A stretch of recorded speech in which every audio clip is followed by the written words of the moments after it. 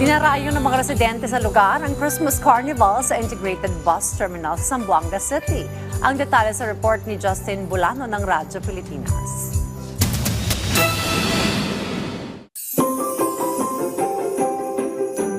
Christmas is in the air na talaga.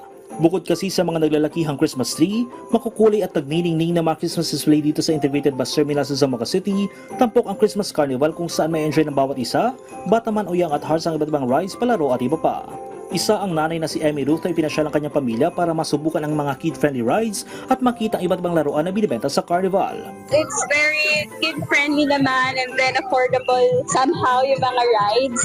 And kasi I have a toddler, so yun yung isa sa mga reasons para that's why bumisita kami dito. Hindi lang mga chiti ang nag-enjoy, pati na rin si Mark Angelo Pantilan at kanyang barkada ay nakisaya at sinubukan ang iba't ibang atraksyon sa Christmas Carnival.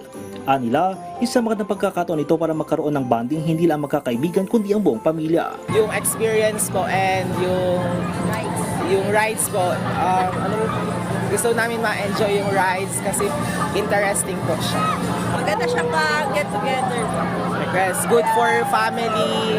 Bukod kasi sa mga rides, may mga palaro, tindahan ng cute na mga laruan, Changi at Christmas light decors na panigurado mabibigay saya sa bawat isa anuman ang iyong edad. Samantala, nakipag-ugnayan naman ang Integrated Bus Terminal sa Explosive Ordnance Disposal para sa pagpapaigting pa ng seguridad dito sa Christmas Carnival sa Zamboanga City. Mula rito sa lungsod ng Zamboanga para sa Integrated State Media, Justin Bulano ng Radyo Pilipinas, Radyo Publiko.